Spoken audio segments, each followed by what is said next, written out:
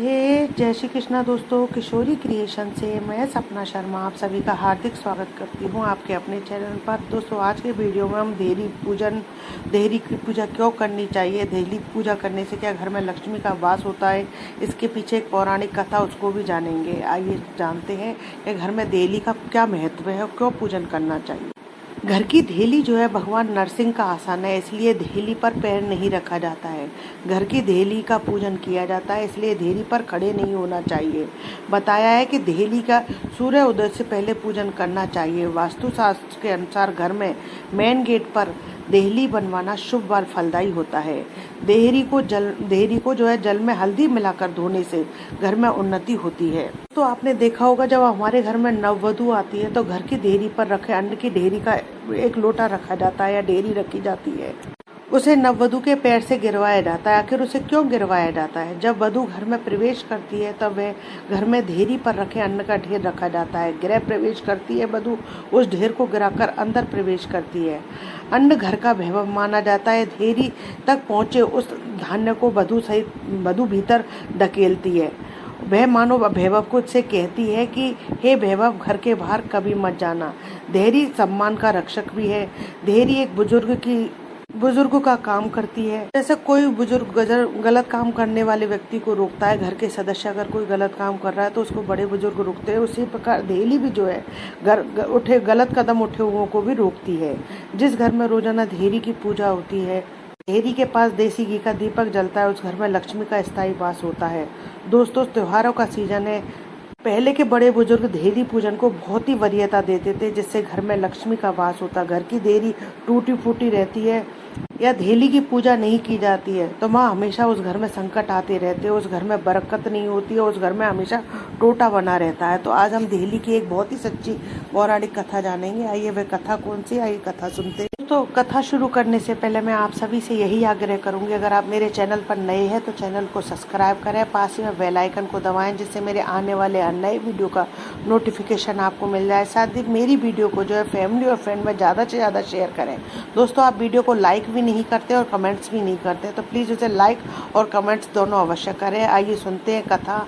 एक गांव में एक साहूकार था। साहूकार अपने परिवार के साथ रहता था। परिवार में उसके 2 बेटे 2 बहुएं थी। साहूकारनी जो है बड़ी धार्मिक महिला थी। साहूकारनी की सास ने उसे जो है रोज देहरी पूजने का नियम दिया था। साहूकारनी की सास ने उससे कहा था कि बहू, देहरी पूजन से जो है घर में हमेशा बरकत रहेगी, हमेशा लाभ ही होगा, और यह देहरी पूजन की परंपरा जो है मेरे को मेरी सास ने दी है। अब ये नियम जो है मैं तुम्हें दे रही हूँ, और आगे चल करके ये नियम और ये रीति रिवाज जो है तुम तुम्हारी बहुओं को देना, इससे घर में हमेशा बरकत रहेगी। साहूकारनी जो है अपनी सास के द्वारा दी गई इस रीति रिवाज को अभी तक निभा रही थी। एक दिन साहूकार ने साहूकारनी से कहा कि हे भगवान, तुम्हारे 2 बहुएं हैं, तुम अब भी देहरी पूजन का काम स्वयं ही करती हो, ये काम जो है अब अपनी बहुओं को सौंप दो, क्योंकि एक ना एक दिन तो इन घर की जिम्मेदारियों को इन्हीं बहुओं को निभाना है। तो अब साहूकारनी जो है बड़ी बहू के पास गई और उससे बोली, बहू, आज से मैं जो तुमसे देहरी पूजन करवाऊंगी, और यह देहरी पूजन का नियम मैं तुम्हें देने के लिए आई हूँ। यह नियम जो है मुझे मेरी सास ने दिया था और मेरी सास को उनकी सास ने दिया था। जब सास ने इस प्रकार अपनी बड़ी बहू से कहा तो बड़ी बहू बोली, नहीं माँ जी, मैं नहीं पूछ सकती, मुझ पर तो दिन भर बहुत काम रहता है, आप यह काम जो है छोटी बहू को दे दे। अब साहूकारनी उदास हो गई और छोटी बहू के पास गई। अब छोटी बहू ने सास को अपने कमरे में आते हुए देखा तो वह बोली, माँ जी, आप स्वयं क्यों परेशान हुए, आप मुझे ही बुला लेती। तब सास बोली कि बेटा, प्यासा कुएं के पास चल करके आता है कि कुआं प्यासे के पास आता है। सास के इस प्रकार बोलने पर छोटी बहू ने जरा भी बुरा नहीं माना। सासू माँ को जो है पलंग पर बैठाया और आप स्वयं नीचे चटाई डाल करके बैठ गई। फिर सास ने अपनी छोटी बहू से कहा कि बहू, मैं तुम्हें एक काम सौंपना चाहती हूँ देहरी पूजन का, जिसको मेरी सास ने मुझे दिया था और उनकी सास को उनकी सास ने दिया था। यह रीति रिवाज जो हमारे पीढ़ी दर पीढ़ी चला आ रहा है, क्या तुम इस रीति रिवाज को निभा पाओगी? छोटी बहू जो है बहुत ही धार्मिक और संस्कारी परिवार की लड़की थी। तब छोटी बहू बोली, माँ जी, आप तो आदेश दीजिए, आप जैसा कहोगे मैं वैसा ही करूँगी। तो सास को थोड़ी सी हिम्मत सी, बड़ी खुशी भी हुई कि चलो उसकी एक बहू तो यह काम करने के लिए तैयार हुई है। तब साहूकारनी छोटी बहू से बोली, बेटा, आज नहीं तो कल ये घर की जिम्मेदारियाँ तुम दोनों बहुओं को ही संभालनी है, और इससे तुम्हारे घर में बरकत होगी, धन धान्य में वृद्धि होगी, तुम्हारे घर में जो है धन के भंडार भरे रहे, मेरे बेटों की आमदनी दिन दूनी रात चौगनी हो, घर में सुख शांति हो, तो अब छोटी बहू सास से बोली, माँ जी आप तो ये बताइए कि घर में बरकत के लिए करना क्या है, आप जैसा कहती जाओगी मैं उसी तरीके से करूँगी, आप तो केवल बताते जाइए। साहूकारनी छोटी बहू से बोली, बेटा कुछ भी नहीं करना है, संध्या के समय तुम्हें जो है देहरी को गीले कपड़े से पोंछ करके देहली पूजन करना है। एक थाली में रोली मोली घी का दीपक थोड़ा सा कुछ मिष्ठान रख लेना।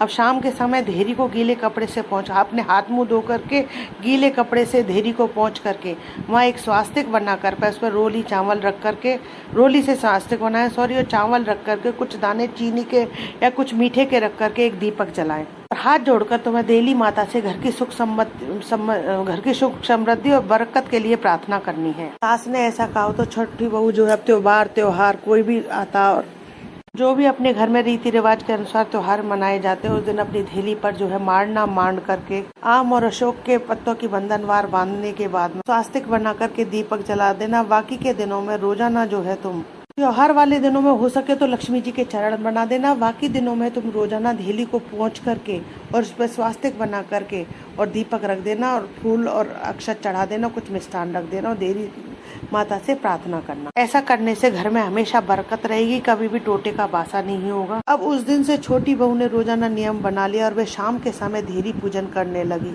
जब से छोटी बहू ने देहरी पूजन करना शुरू किया तो उसके घर में तो अन्न धन के भंडार बढ़ते चले गए। देहली पूजन के बाद से उसके पति की जो है सरकारी नौकरी लग गई और 9वें महीने में उसे एक सुंदर सा पुत्र पैदा हुआ। अब उनके घर में जो है नित्य नई खुशियां आने लगी। साहूकारनी जो है छोटे बेटे बहुओं से बड़ी खुश रहने लगी। उधर अब बड़ी बहू के घर में जो है दरिद्रता का वास हो गया, पति की लगी लगाई नौकरी चली गई, बच्चे भी उसके आए दिन बीमार रहने लगे।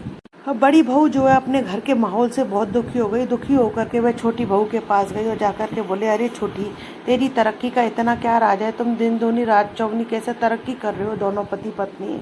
छोटी, तुम्हें मेरे घर की स्थिति तो पता है, तुम्हारे जेठ जी की नौकरी भी चली गई और मेरे बच्चे भी जो है आए दिन बीमार ही रहते हैं। छोटी बहू बोली कि जीजी, जब से सासू माँ ने देहरी पूजन का काम मुझे सौंपा है, मेरे घर में तो अन्न धन के भंडार भर गए हैं और मेरे घर में जो है जब से नित्य नई खुशियाँ आने लगी हैं। जेठानी का तुरंत जो है माथा ठनका। उसको भी याद आया कि सासू माँ ने उससे भी देहरी पूजने के लिए कहा था, लेकिन उसने मना कर दिया। वह तुरंत जो है अपनी सास के पास गई और सासू जी के पैरों में गिर करके माफ़ी मांगने लगी कि सासू जी आप मुझे माफ़ कर दीजिए।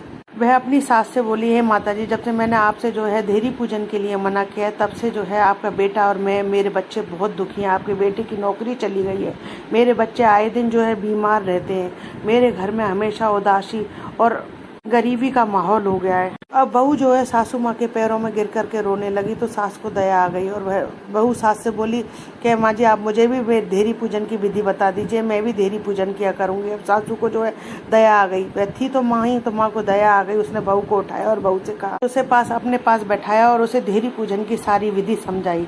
अब बड़ी बहू भी जो है शाम के समय रोजाना नित्य प्रति देहरी पूजन करने लगी। अब साहूकारनी की दोनों बहुएं, छोटी और बड़ी दोनों बहुएं, सांझ के समय देहरी पूजन करने लगी, दोनों मिलकर के एक साथ।